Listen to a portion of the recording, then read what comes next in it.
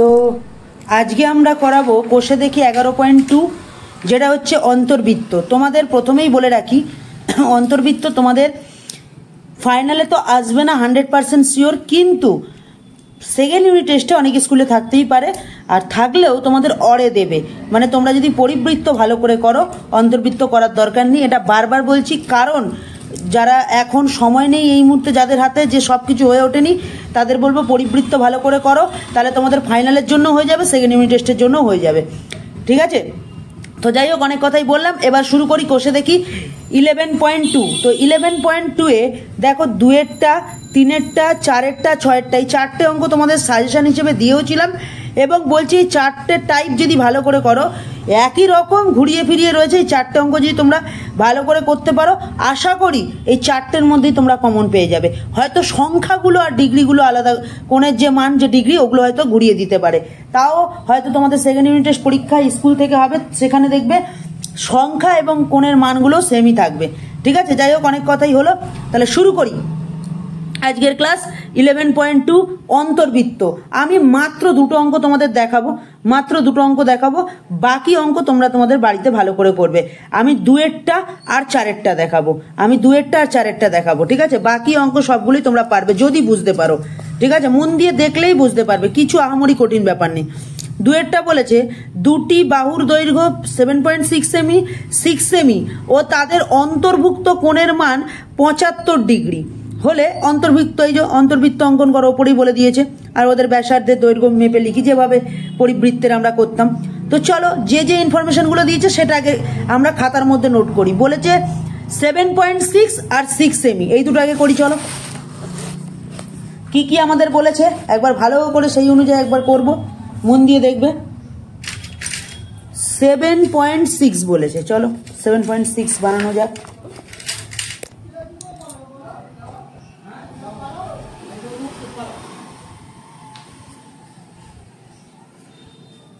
7.6।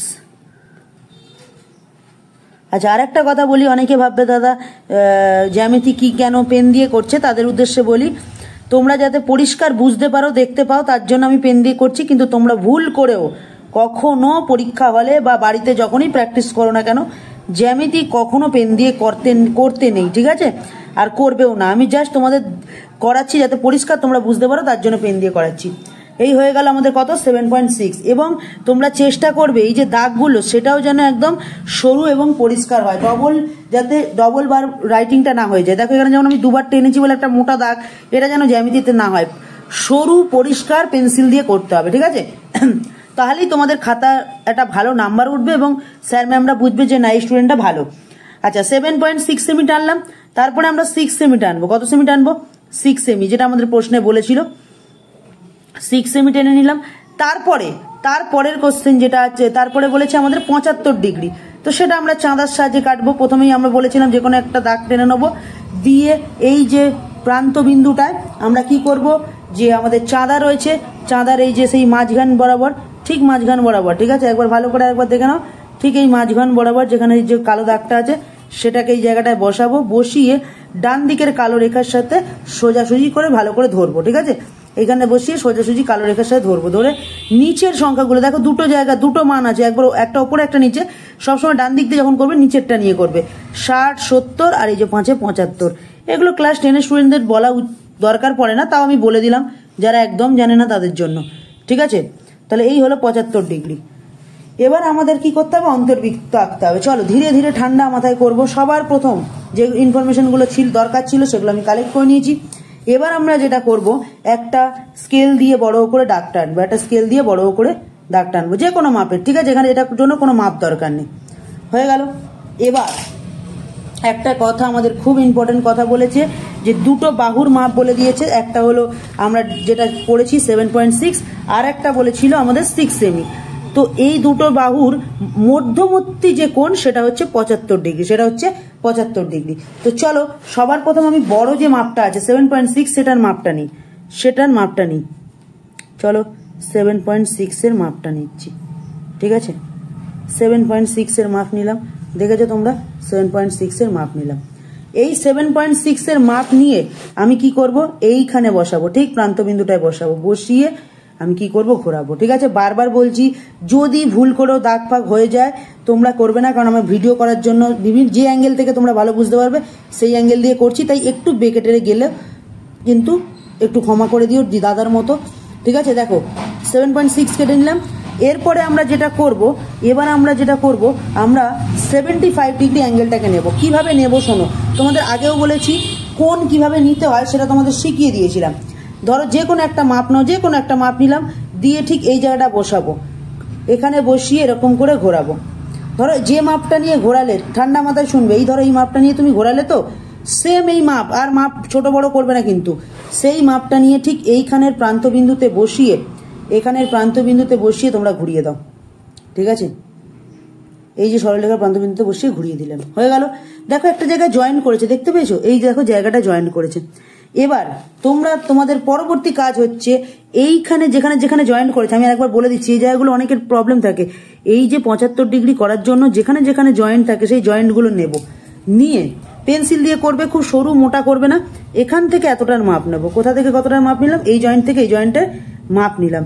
নেওয়ার পর এটা কি করব, আমরা এইখানে যে জয়েন্টটা হয়েছে, এইখানে যে জয়েন্টটা হয়েছে এখানে বসিয়ে আমরা কি করব, এদিকে ঘুরিয়ে দেবো। ঠিক আছে, এদিকে ঘুরিয়ে দেবো, চলো ঘুরিয়ে দিলাম। এবার আমরা দেখো এখানে যে জয়েন্টটা পেলাম, এইখান থেকে যে জয়েন্টটা পেলাম, সেখান থেকে এই যে সরলরেখার যে প্রান্তবিন্দু, এই যে সরলরেখার যে প্রান্তবিন্দু এবং এই জয়েন্ট থেকে সিধা আমরা কি করব, বড় করে একটা বাড়িয়ে দেবো, হয়ে গেল। এবার আমাদের বলেছিল 7.6 আর 6 এর মধ্যবর্তী কোণ 75 ডিগ্রি বা অন্তর্ভুক্ত কোণ 75 ডিগ্রি। 75 ডিগ্রি হয়ে গেছে, 7.6 হয়ে গেছে, কিন্তু 6টা তো এখনো হয়নি বাবু। চলো 6টা তাহলে পড়ে আসি। তাহলে 6 এর মানটা নিই, চলো 6 এর মানটা নিই, চলো চলো চলো 6 এর মানটা নিয়েছি। 6 এর মান নিয়ে কোথায় বসাবো, এইখানটায় বসিয়ে এইদিকে ঘুরিয়ে দেবো, হয়ে গেল। এবার যেটা করব, এইখান থেকে এই যে জয়েন্টটা আরেকবার দেখাচ্ছি তোমাদের, এটা অন্য কালি দিয়ে দেখাচ্ছি। এই দেখো এই যে জয়েন্টটা, এই জয়েন্ট থেকে এই জয়েন্ট পর্যন্ত আমরা কি করব, যুক্ত করব। কি করব, যুক্ত করব। চলো যুক্ত করা যাক, চলো যুক্ত করে দিয়েছি, যুক্ত হয়ে গেছে। এই দেখো একটা ত্রিভুজ হয়ে গেল। কি হয়ে গেল, এটা ত্রিভুজ হয়ে গেল। এবার এটা আমরা কি করব, অন্তর্বৃত্ত করব। এবার এটা আমরা কি করব, অন্তর্বৃত্ত করব। আগের দিন পরিবৃত্ত করেছি, আজকে অন্তর্বৃত্ত করব। এই অন্তর্বৃত্ত করার জন্য পরিবৃত্ত করার জন্য বাহুকে সমদ্বিখণ্ডিত করেছি। এবার আমরা অন্তর্বৃত্ত যেহেতু করব, তাই জন্য আমরা কোণকে সমদ্বিখণ্ডিত করব। এখানে দুটো কথা আমি লিখে দিচ্ছি। পরিবৃত্তের জন্য বাহুকে সমদ্বিখণ্ডিত করতে হয়, বাহুকে সমদ্বিখণ্ডিত করতে হয়, সমদ্বিখণ্ডিত করতে হয়। তাহলে কথাটা কি বললাম, পরিবৃত্তের জন্য বাহুকে সমদ্বিখণ্ডিত করতে হয়, আর অন্তর্বৃত্তের জন্য, এই দুটো কথা লিখে রেখে দিও বাবু, অন্তর্বৃত্তের জন্য কোণকে সমদ্বিখণ্ডিত হতে হয়। কাকে সমদ্বিখণ্ডিত করতে হয়, কোণকে সমদ্বিখণ্ডিত করতে হয়, তাহলে কাকে সমদ্বিখণ্ডিত হয়, কোণকে। বারবার বলছি, অন্তর্বৃত্তের জন্য কোণকে সমদ্বিখণ্ডিত করব, আর পরিবৃত্তের জন্য বাহুকে সমদ্বিখণ্ডিত করব। ঠিক আছে, বোঝাতে পারলাম। এবার আমরা চলে আসব, এবার আমরা কোণগুলোকে সমদ্বিখণ্ডিত কিভাবে করছি দেখে নাও, ভালো করে শুনবে। এইখানে দুটো কোণকে আমরা সমদ্বিখণ্ডিত করছি, ভালো করে দেখো। একটা মাপ নিলাম, যে কোনো একটা মাপ নেব। ঠিক আছে, যেটা কোনো নির্দিষ্ট কোনো মাপের দরকার নেই। এই যে একটা মাপ নেব, নিয়ে এই কোণে বসিয়ে এরকম ঘুরিয়ে দেব। এবার এই কোণকে সমদ্বিখণ্ডক কিভাবে করব, ঠিক এইখান থেকে এতটা, বারবার বলছি শোনো, যে কোনো একটা মাপ নেব, বারবার কথাটা শুনবে কিন্তু, যে কোনো একটা মাপ নেব, নিয়ে এই কোণের এখানটায় বসিয়ে এরকম ভাবে টেনে দেব, দিয়ে এই যে কোণটা করলাম এটাকে আমরা কি করব, সমদ্বিখণ্ডক করব। কিভাবে করব, এই যে এইখান থেকে এতটার অর্ধেকের বেশি নেব। দেখো এখান থেকে এতটা চোখের আন্দাজে অর্ধেকের বেশি নেব। ঠিক আছে, চোখের আন্দাজে অর্ধেকের বেশি নিলাম। এবার এটাকে এ পাশ থেকে একবার ঘোরাবো, আর সেম মাপ নিয়ে আমরা এই পাশে বসিয়ে এদিকে একবার ঘোরাবো। ঘোরানোর পর আমরা কি করবো, এই যে জয়েন্টটা পেলাম, এই যে এই কোণা থেকে বা এই যে কোণ থেকে আমরা কি করব, ঠিক আছে, শীর্ষকোণ যেটা রয়েছে ত্রিভুজের যে শীর্ষবিন্দু, সেইখান থেকে এটা জয়েন্টটাকে টেনে বাড়িয়ে দিলাম। তাহলে আরেকবার বলছি কি করলাম, একটা কোণের মাপ নিলাম, একটা যে কোণ, এই যে একটা কোণের মাপ নিয়েছি, এই কোণের মাপ এপাশ দিয়ে বসিয়ে এরকম করে ঘুরিয়েছি, ঠিক আছে, এটা বড় ছোট হয়ে গেছে এখন।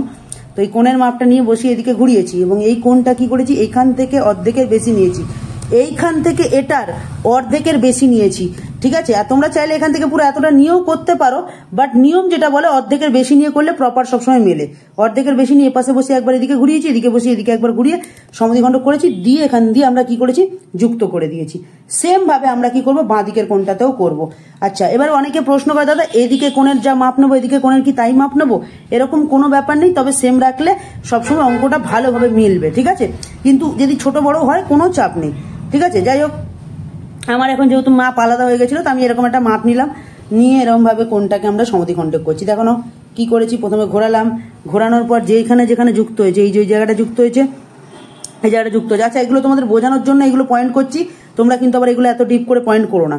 এবার আমরা কি করবো, অর্ধেকের বেশি নেবো। সবাই মোটামুটি চোখে ভালো করে দেখতে পাও, তো সবাই পরিষ্কার চোখে দেখতে পাচ্ছ, অর্ধেকের বেশি নিয়েছি। নিয়ে পাশে বসি, এদিকে ঘোরালাম, আর এইখানে বসিয়ে দেখো কোথায় বসিয়েছি, এখানে বসিয়ে এখানে একবার ঘোরালাম, আর এইখানে বসিয়ে আমরা কি করব, এইদিকে ঘোরাবো। চলো ঘোরালাম, তাহলে কোণ সমদ্বিখণ্ডক হয়ে গেল।